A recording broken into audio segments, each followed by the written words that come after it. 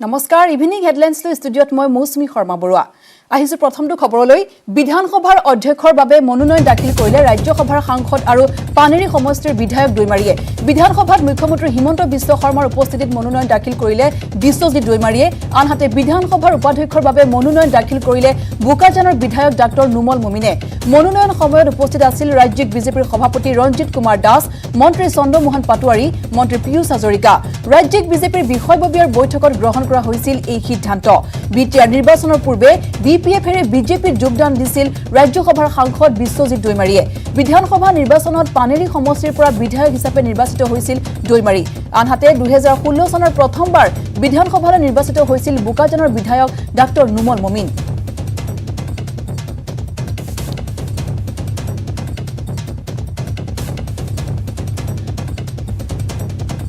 মোৰ কাৰণে এটা নতুন অভিজ্ঞতা আৰু খুবেই গধুৰ দায়িত্ব বুলি মই ভাবোঁ গতিকে উপায়টো নাই এতিয়া দায়িত্বটো যিহেতু দিছে সেই দায়িত্ব পালন কৰিব লাগিব সেইকাৰণে সবতকৈ ডাঙৰ কথাটো হ'ল ইয়াৰ পদ মৰ্যাদা এইটো কেনেকৈ বজাই ৰাখিব পাৰোঁ আৰু ইয়াৰ লগতে কেনেকৈ এই বিধানসভাখন ভালদৰে চলাই লৈ যাব পাৰোঁ সেইটো এটা কথা আহি পৰিব আৰু সেইটো মোৰ তৰফৰ পৰা যিমান পাৰোঁ মই এতিয়া চেষ্টা অব্যাহত ৰাখিব লাগিব গতিকে যিহেতু মোৰ জীৱনটোত তেনেকুৱা ধৰণৰ দায়িত্ব মই কেতিয়াও কৰি পোৱা নাই আৰু এতিয়াই মোৰ জীৱনটোত ৰাজনৈতিক জীৱনত এটা প্ৰথম দায়িত্ব আৰু সেই প্ৰথম দায়িত্বতে বহুত এটা গধুৰ দায়িত্ব মোৰ ওপৰত আহি পৰিছে গতিকে চেষ্টা চলাই যাম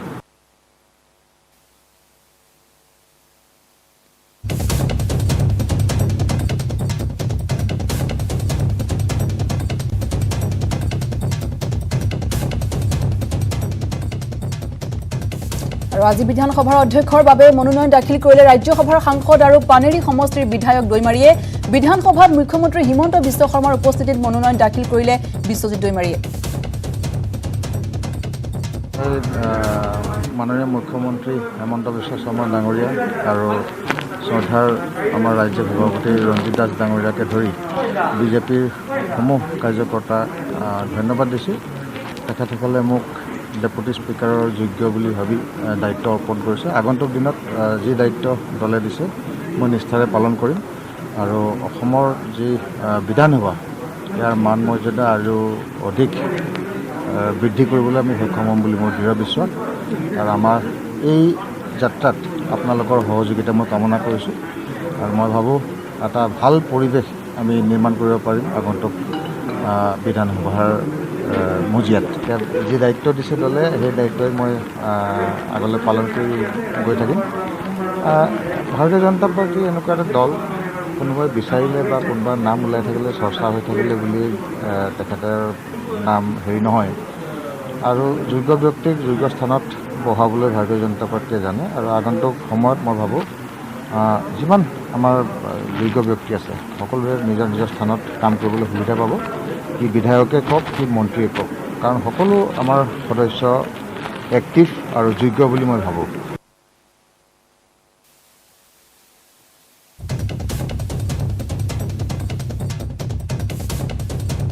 আৰু আজি এইদৰে বিধানসভাত বিশ্বজিৎ দৈমাৰী আৰু ডাক্তৰ নুমল মুমিনে মনোনয়ন দাখিল কৰিলে বিধানসভাৰ অধ্যক্ষ হ'ব বিশ্বজিৎ দৈমাৰী আৰু উপাধ্যক্ষ হ'ব ডাক্তৰ নুমল মুমিন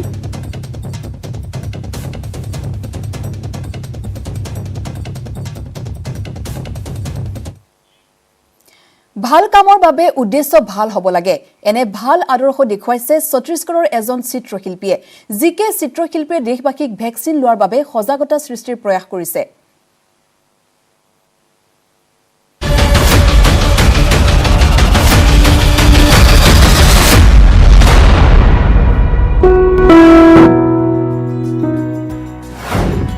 এজন দুজন চাৰিজনকৈ মিলি কৰোনাক কৰিব পৰা যাব পৰাজয় যেতিয়া কৰোনাৰ বিৰুদ্ধে একত্ৰিত হ'ব সকলো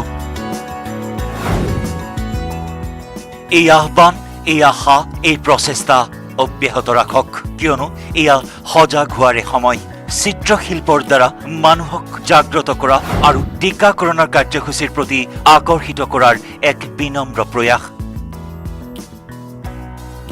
আৰু এই প্ৰচেষ্টাই হাতত লৈছে বলৰাজ সিংহই। আপুনি কাঠৰ টুকুৰা, বালি, শিল বা কাগজত বিভিন্ন শিল্প দেখিছে বা এনে বহু শিল্পীকো আপুনি দেখিছে, কিন্তু এয়া চাওক চক পেঞ্চিলত কেনেদৰে শিল্পৰ সৃষ্টি কৰিছে, আৰু সেয়াও আশ্চৰ্যজনক। এয়া চাওক চক পেঞ্চিলত কেনেদৰে শিল্পীগৰাকীয়ে বিশ্বৰ সবাতোকৈ বৃহৎ টিকাকৰণ অভিযানক তুলি ধৰি এই কাৰ্যক্ৰমক এক মাত্ৰা প্ৰদান কৰাৰ প্ৰয়াস কৰিছে।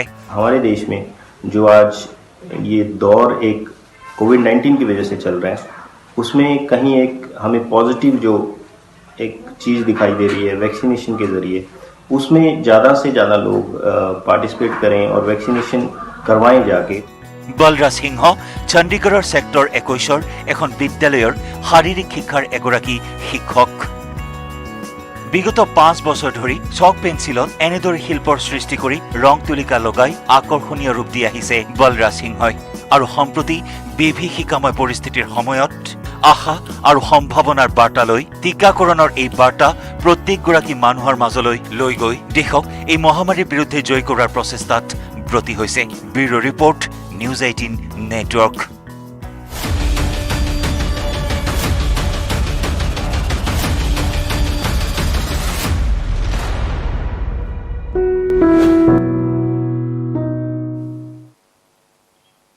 ইভিনিং হেডলাইন্সত ইমানেই। মই মৌচুমী শৰ্মা বৰুৱাই বিদায় লৈছোঁ। ধন্যবাদ। नमस्कार, इस बुलेटिन में आपका स्वागत है। मैं हूं तेजेंद्र सिंह और मेरे साथ है मेरी सहयोगी रजनी, जो सांकेतिक भाषा में खबरों को आप तक पहुंचाएंगी। तो आइए शुरुआत करते हैं हेडलाइंस के साथ।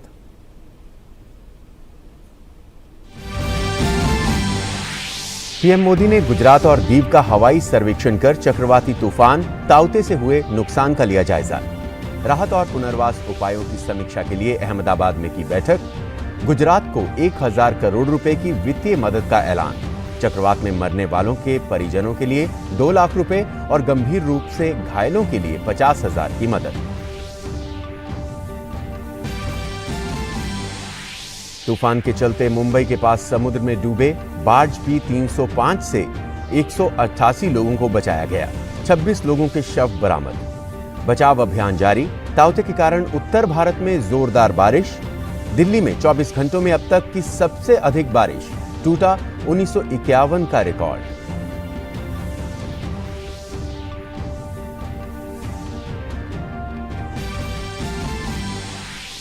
सरकार द्वारा खाद्य सब्सिडी बढ़ाने का ऐतिहासिक किसान हितैषी निर्णय। डीएपी खाद पर सब्सिडी 140% बढ़ाई गई। अब 500 की बजाय 1200 रुपए प्रति बोरी की सब्सिडी मिलेगी। पीएम ने कहा, किसानों का कल्याण सरकार की सर्वोच्च प्राथमिकता।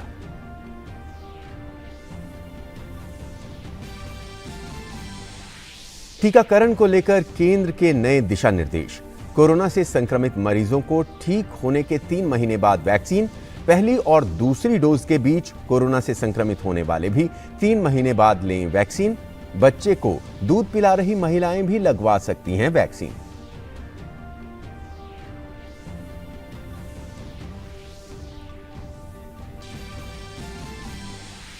देश में लगातार तीसरे दिन कोविड के नए मामलों की संख्या 3 लाख के नीचे। ऑक्सीजन और दवाओं की उपलब्धता बढ़ाने के प्रयास जारी, जबकि ऑक्सीजन एक्सप्रेस ने हर दिन लगभग 800 मीट्रिक टन तरल ऑक्सीजन पहुंचाई। अभी तक 19 ऑक्सीजन उत्पादन संयंत्र और 9,900 से अधिक वेंटिलेटर राज्यों और केंद्र शासित प्रदेशों को भेजे गए।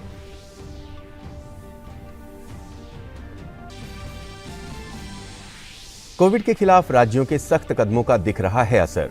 यूपी, दिल्ली, बिहार समेत कई राज्यों में पॉजिटिविटी दर हो रही है कम। दिल्ली में नए मामले 4000 से नीचे और पॉजिटिविटी रेट 5.78%।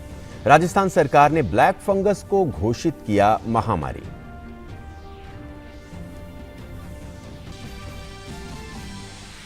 इजराइल और हमास के उग्रवादियों के बीच 11वें दिन सीमा पार से हमले जारी।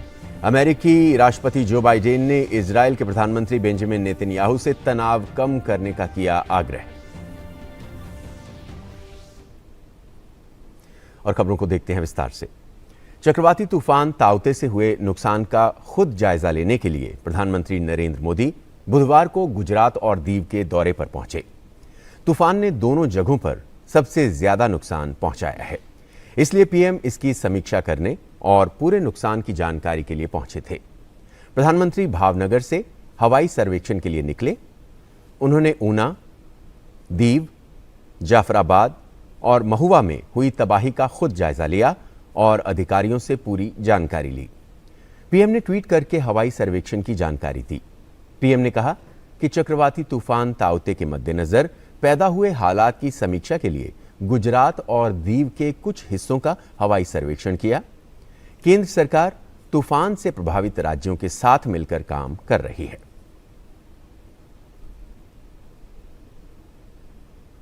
इसके बाद प्रधानमंत्री अहमदाबाद पहुंचे, जहां उन्होंने गुजरात और दीव में किए जा रहे राहत और पुनर्वास उपायों की समीक्षा के लिए एक बैठक की अध्यक्षता की।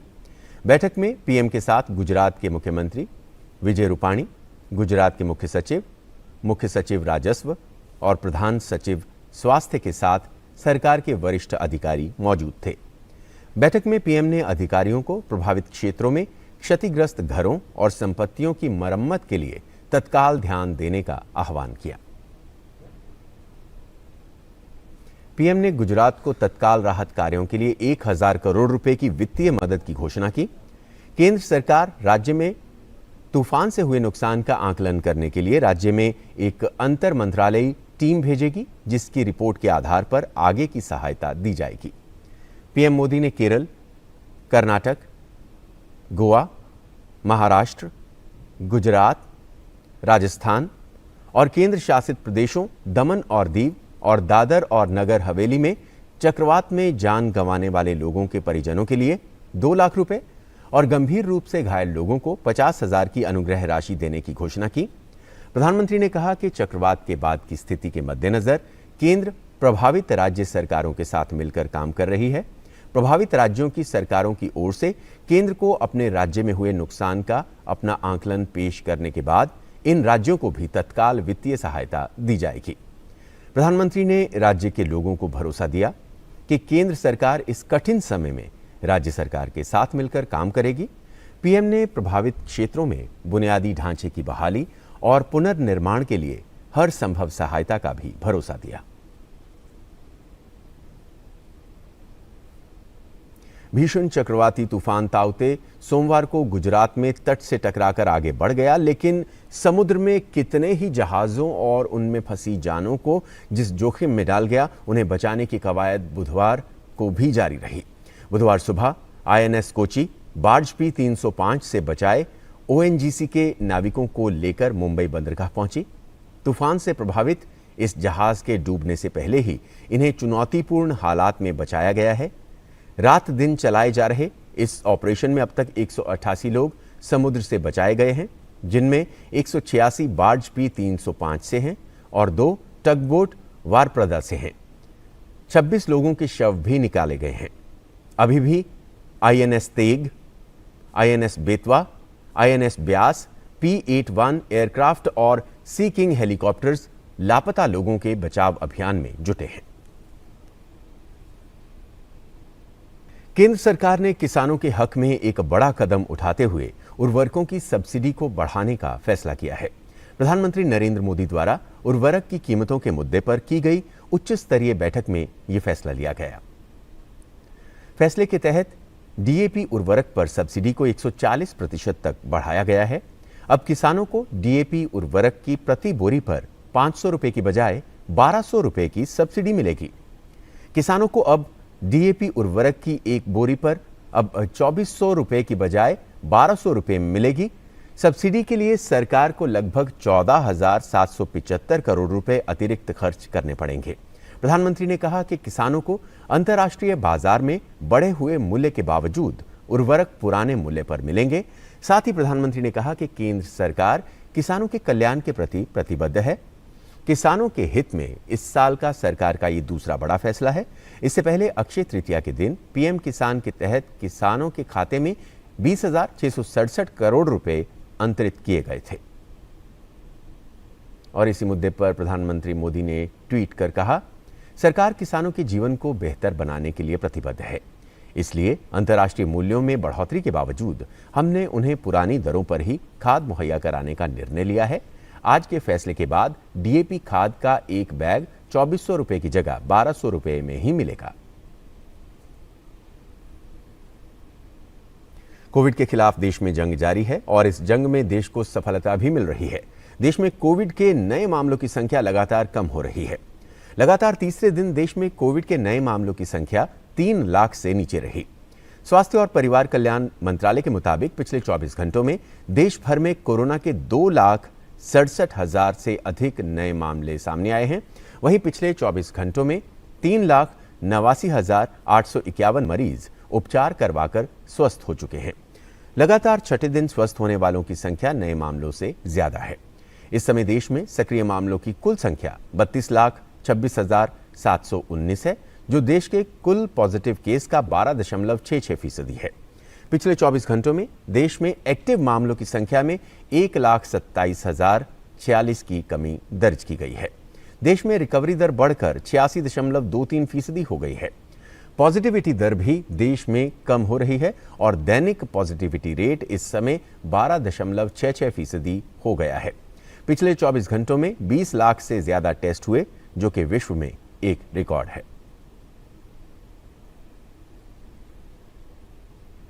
कोरोना के खिलाफ टीकाकरण अभियान में भारत तेजी से आगे बढ़ रहा है। केंद्रीय स्वास्थ्य एवं परिवार कल्याण मंत्रालय के मुताबिक देश में अब तक 18 करोड़ 70 लाख से अधिक कोविड टीके लगाए गए हैं। टीकाकरण अभियान के 124वें दिन 11 लाख से अधिक टीके लगाए गए। वहीं 18 से 44 आयु वर्ग के 70 लाख लाभार्थियों ने बुधवार को कोविड-19 वैक्सीन की पहली खुराक ली।